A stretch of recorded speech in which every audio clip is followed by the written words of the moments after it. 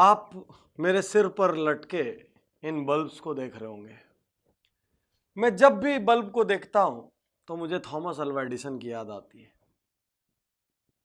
Thomas Alva Edison को जब वो छोटे थे तो उनकी स्कूल की टीचर ने उनको मंद बुद्धि कहा था और स्कूल से निकाल दिया था। और थॉमस अल्वा एडिसन के माता पिता को कहा था कि हमारी स्कूल में हम इसको नहीं पढ़ा सकते, ये बहुत मंद बुद्धि है और आप इसको घर में पढ़ाइए।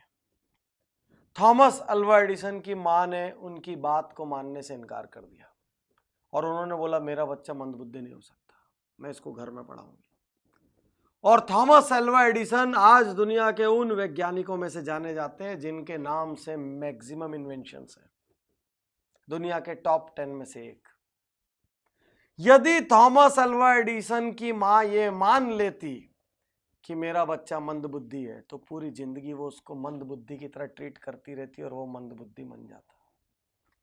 साथियों, इतिहास कौन रचता है? इतिहास वो नहीं रचते जो लोगों की बात सुन के मान लेते कि मैं कमजोर हूं, मैं हीन हूं, मैं नहीं कर सकता, मुझे नहीं आता। इतिहास वो नहीं रचते जो किसी दूसरे की राय के लिए अपने संकल्प छोड़ देते हैं। इतिहास वो नहीं रचते जो कोई दूसरा डिस्करेज करता है, डिसहार्टन करता है तो अपने टारगेट्स छोड़ देते हैं। इतिहास वो नहीं रचते जो कोई उनसे खराब व्यवहार करता है तो वो अपना अच्छा व्यवहार छोड़ देते हैं। इतिहास वो नहीं रचते जो जरा सा टॉर्चर पाके अपना टारगेट छोड़ देते हैं। इतिहास वो रचते हैं जो सहते हैं। इतिहास वो रचते हैं जो खड़े होते हैं। अभी अभी एक शानदार फिल्म आई दंगल, आपने देखी होगी। गीता बबीता, महावीर सिंह फोगाट, कैसे इतिहास रचा।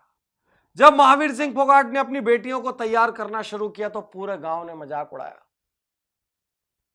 महावीर सिंह फोगाट ने उनको सुबह सुबह उठाया, उनके बाल कटवा दिए, उनके खाने पीने पर रोक लगा दी, सब कुछ किया। यहां तक कि उनके बच्चों ने उनको दुश्मन समझ लिया। और ऐसा ही कई बार होता है, ढेर सारे बच्चे अपने माँ बाप को दुश्मन समझ लेते हैं।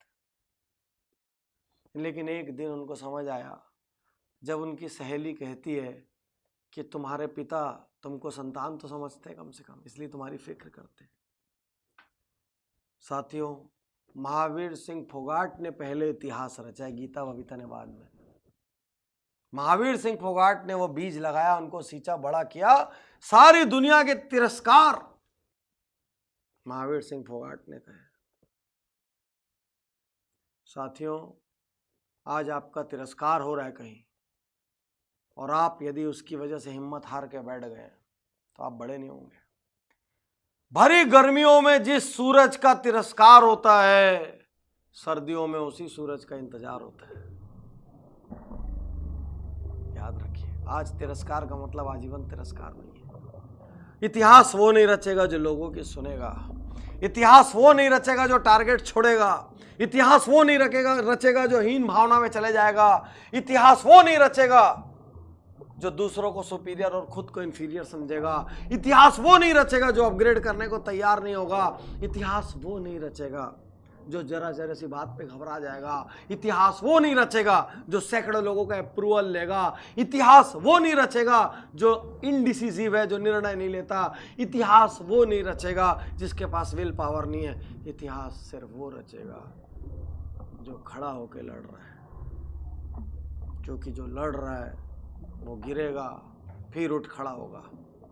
जो लड़ रहा है वो हारेगा लेकिन फिर जीतेगा। लेकिन जो लड़ा ही नहीं वो तो जीता ही नहीं, वो तो हारा ही नहीं, क्योंकि वो कभी लड़ा ही नहीं। तो यदि थोड़ा सा भी इतिहास रचना है, यदि थोड़ी भी वैल्यूएबल जिंदगी बनानी है, यदि कुछ भी हासिल करना है तो लड़िए, लोगों की ना सुनिए, लड़िए, डरिए मगर करिए।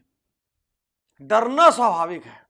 किसी बड़े काम को करते हुए डर लगता है, किसी संकल्प को पूरा करते हुए डर लगता है, किसी राह पे चलते हुए डर लगता है।